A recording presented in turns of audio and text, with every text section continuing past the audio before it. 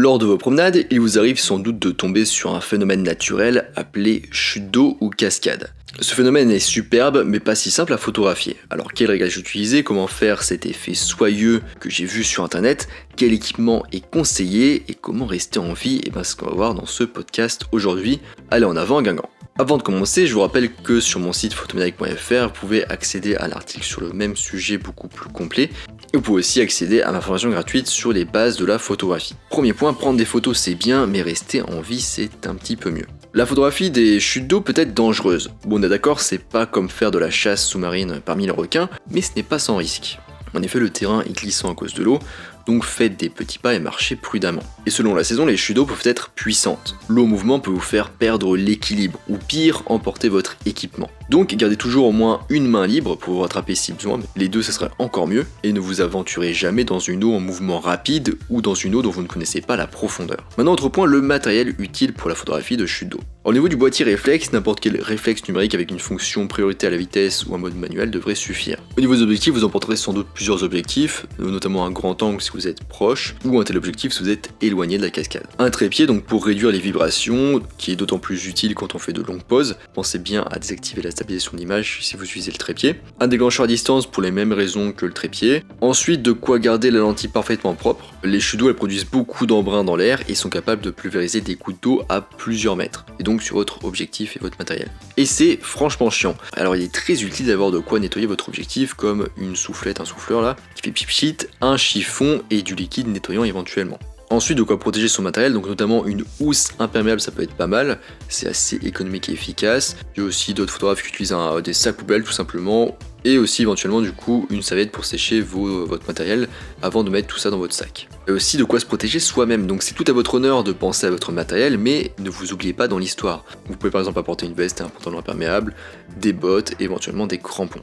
Ensuite un filtre polarisant pour allonger votre temps de pause en limitant les risques de surexposition et pour réduire les reflets sur l'eau, les rochers et les feuilles. On peut aussi emporter un filtre à densité neutre, donc pour allonger encore plus votre temps de pause, entre 3 et 6 stops, plus rarement 10. Si vous n'avez pas de filtre sur vous, vous pouvez essayer un autre jour avec un temps plus nuageux, ou encore un autre moment de la journée, tôt le matin ou au coucher du soleil. Maintenant on passe au réglage. Donc au niveau du format de prise de vue, il sera RAW de préférence, pas obligatoire mais c'est toujours mieux pour faire du développement. Au niveau du temps de pause, pour les plus grosses et fortes chutes d'eau, entre 1 centième de seconde et 1 seconde devrait suffire.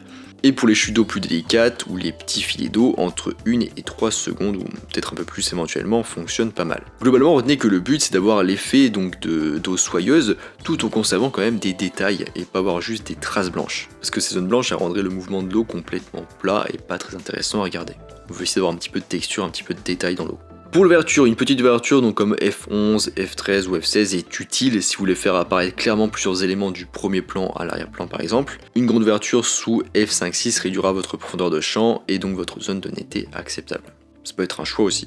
Au niveau de la sensibilité ISO, vous allez commencer par régler au plus bas possible, donc généralement à 100 ISO. Et généralement, avec les longs temps de pause, on n'a pas besoin d'augmenter plus que ça. Au niveau du mode de prise de vue, le mode priorité à la vitesse est généralement celui qu'on choisit, ce qui vous permet du coup de choisir un temps de pause comme vous le souhaitez, et ensuite le boîtier il va sélectionner automatiquement les autres paramètres d'exposition.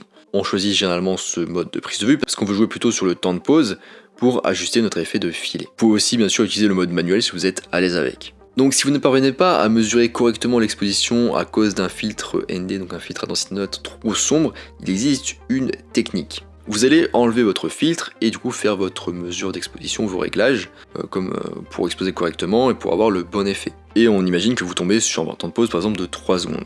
Ensuite, disons que vous utilisez un filtre ND4 par exemple. Donc pour regarder, il y a des tableaux qui existent, j'en ai mis même dans mon article. Et ND4 du coup ça filtre 2 stops, donc il va falloir que vous trouviez 2 stops de lumière quelque part. Donc pour le temps de pause ça impliquerait un temps de pause 4 fois plus long. Vous pouvez faire 4 fois 3 secondes qui vous donne 12 secondes. Et du coup vous aurez plus le même effet, donc c'est aussi à vous d'ajuster éventuellement sur d'autres paramètres, comme par exemple ouvrir plus ou augmenter un petit peu vos ISO. Donc si vous voulez faire du côté des ISO, vous pouvez faire du coup 400 ISO. 100 x 2 et ensuite encore x 2, ça fait 400 ISO, ou ajuster avec l'ouverture. Mais en tout cas, en fait, vous tombez sur l'exposition correcte de base et ensuite vous avez juste à répartir vos stops. Alors ensuite, comment organiser ces réglages d'exposition? On commence généralement par la valeur ISO, donc la plus basse possible, souvent ça sera 100 ISO. Ensuite on règle l'ouverture, donc on sera sur une ouverture plutôt fermée, donc comme f8 ou f10, éventuellement f11. Et enfin on va choisir notre temps de pause en fonction du posemètre et du type de cascade. Donc ça c'est si on est en mode manuel, mais si vous êtes en mode priorité à la vitesse, dans ce cas vous allez juste régler vos ISO, donc vous les mettez pas en automatique, et vous allez régler votre temps de pause, et ensuite vous allez bien veiller à ce que votre ouverture ne soit pas trop grande, ou en tout cas corresponde bien à l'ouverture que vous souhaitez. Et si vous n'arrivez pas à tenir le bon temps de pause, en général on commence à jouer sur les ISO, puis l'ouverture, et éventuellement aussi les filtres. Mais retenez la chose suivante, c'est qu'en photo de cascade, généralement on s'en fiche un petit peu de la perte de netteté qu'on pourrait avoir à cause d'un autre réglage. On considère que ce sera compensé par la capture du mouvement de l'eau. Ensuite, la mesure d'exposition. Si la chute ne domine pas la scène, dans ce cas, utilisez la mesure matricielle ou évaluative.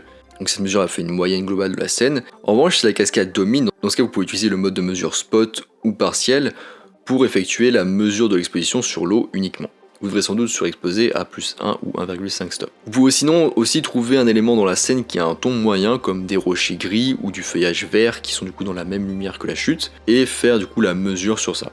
Pour la mise au point, on va commencer en général en mise au point automatique, on va se mettre en mode live view et on va réaliser une demi-pression sur le déclencheur pour faire la mise au point, puis on va zoomer sur son écran LCD pour vérifier que la zone est bien nette. Vous pouvez ensuite passer éventuellement en mode manuel pour verrouiller la mise au point si elle est bonne.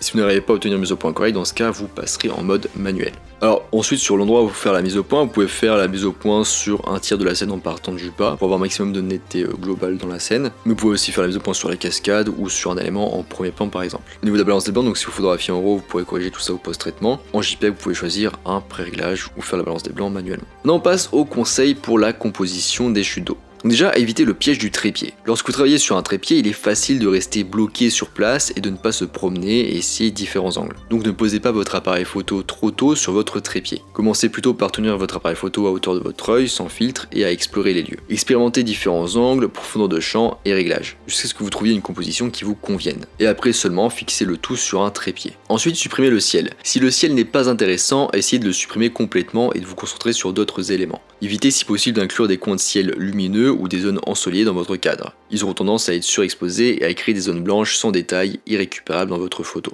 Ensuite, n'ayez pas peur de vous mouiller. Les meilleures photos sont prises en étant directement dans l'eau bien souvent.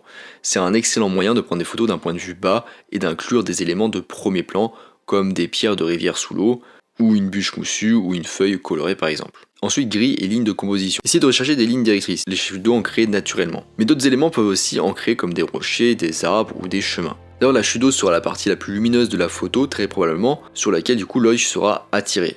Alors n'oubliez pas de prévoir un espace de respiration autour d'elle. Du coup, gardez bien une bonne marge de part et d'autre des chutes jusqu'au bord du cadre. Et enfin, utilisez des éléments au premier plan pour cadrer. Essayez de réfléchir à vos éléments de premier plan afin que l'élément principal de la photo, donc la cascade, soit encadré par la scène statique qui l'entoure. Cela permet d'ancrer l'image et de créer un contraste et de souligner la sensation de mouvement. Ça peut être par exemple une feuille d'automne, un beau rocher avec de la mousse verte, ou encore un humanoïde qui aura l'avantage de donner un sens de l'échelle à votre scène. Ensuite, autre point, saison et photographie de chute d'eau. Donc au printemps, la fonte des neiges du début de printemps alimentera la plupart des chutes d'eau jusqu'en juin. Et du coup à cette saison, vous pouvez vous attendre à ce que les chutes d'eau soient à leur volume les plus élevés de l'année et vous photographierez des chutes d'eau chaotiques d'eau vive. Ensuite l'été, donc en été, la chaleur peut faire baisser le niveau des rivières fortement et les cascades en basse altitude peuvent s'assécher et d'ailleurs faire paraître la photo assez vide. Mais le vert des arbres et des mousses qui entourent les chutes ajouteront de la couleur à vos photos.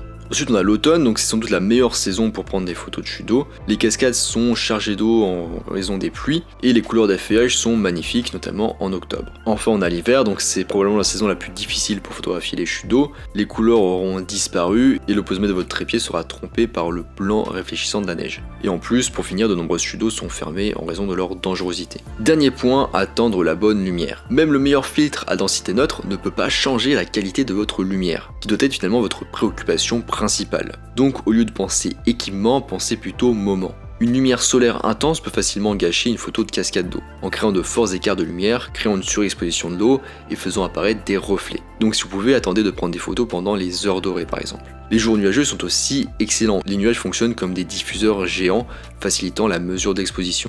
Les couleurs sont aussi plus saturées. Mais n'oubliez pas que les ciels nuageux n'ajoutent généralement rien à ce type de photo. Et les inclure ne rendra que plus compliqué une exposition correcte. Et donc essayez de supprimer le ciel du cadre dans ce cas-là. Enfin, un autre moment idéal pour photographier des chutes d'eau, c'est pendant ou juste après un jour de pluie. En effet, la pluie a tendance à faire ressortir l'éclat des couleurs dans la nature, et un filtre polarisant renforcera cet effet. Donc voilà, on est à la fin de ce podcast sur comment prendre des photos de chutes d'eau. Je pense maintenant que ce type de photo n'a plus aucun secret pour vous. Au printemps, ça peut être une saison assez intéressante pour prendre d'ailleurs des photos de chute d'eau. Je vous rappelle que sur mon site photomaniac.fr, vous pouvez accéder à l'article beaucoup plus complet à ce sujet. Et vous pouvez aussi accéder à ma formation gratuite sur les bases de la photographie. Moi je vous laisse ici à vos photos d'eau en mouvement et je vous dis à bientôt sur Internet mondiaux.